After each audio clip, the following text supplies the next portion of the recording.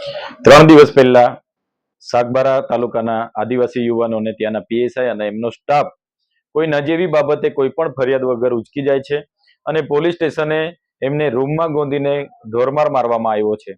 એમને તાત્કાલિક સારવાર માટે સાગબારા તાલુકા સિવિલ ખાતે દાખલ કરવામાં આવ્યા અને ત્યારબાદ એમને વધુ સારવાર માટે જનરલ હોસ્પિટલ રાજપીપળા ખાતે સારવાર ખસેડવામાં આવ્યા અને આજે તે લોકો સારવાર હેઠળ છે.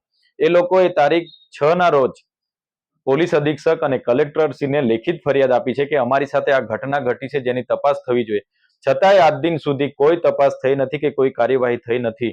ત્યારે આજે અમે પોલીસ અધિક્ષક શ્રી અને કલેક્ટર શ્રી, એમના રેન્જ આઈજી અને ડીઆઈજી એમને લેખિતમાં જાણ કરી છે કે આમાં કડકમાં કડક આમાં તપાસ થવી જોઈએ અને જે પણ લોકો જવાબદાર છે એમાં કડકમાં કડક કાયદેસરની કાર્યવાહી થવી જોઈએ.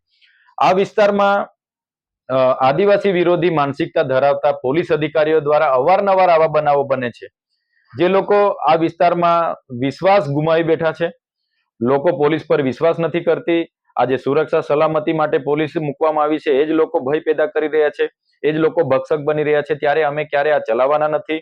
આમાં અમારો સમાજ ખૂબ ધ્યાનપૂર્વક જોઈ રહેલો છે, ખૂબ આક્રોશમાં છે. અમે શાંતિપ્રિય લોકો છે, સંવિધાનમાં માનનારા લોકો છે. પોલીસ અધિક્ષકને અને કલેક્ટરશ્રીને કહેવા માંગીએ છીએ કે આમાં યોગ્ય તપાસ થાય ને આ યુવાનોને ન્યાય મળવો જોઈએ. એવી જ રીતે દેવમોગરા મંદિર ખાતે દર્શનાર્થે આવનાર લોકોને પણ ડેડિયાપાડા અને સાગબારાની પોલીસ ખૂબ હેરાન કરે છે. એટલા માટે જ 2 વર્ષથી દર્શનાર્થીઓની સંખ્યામાં પણ ઘટાડો થયો છે. તો કેમ તકલીફ છે? તમે કેમ આટલું બધું પાણી લોકોને બતાવી રહ્યા છો?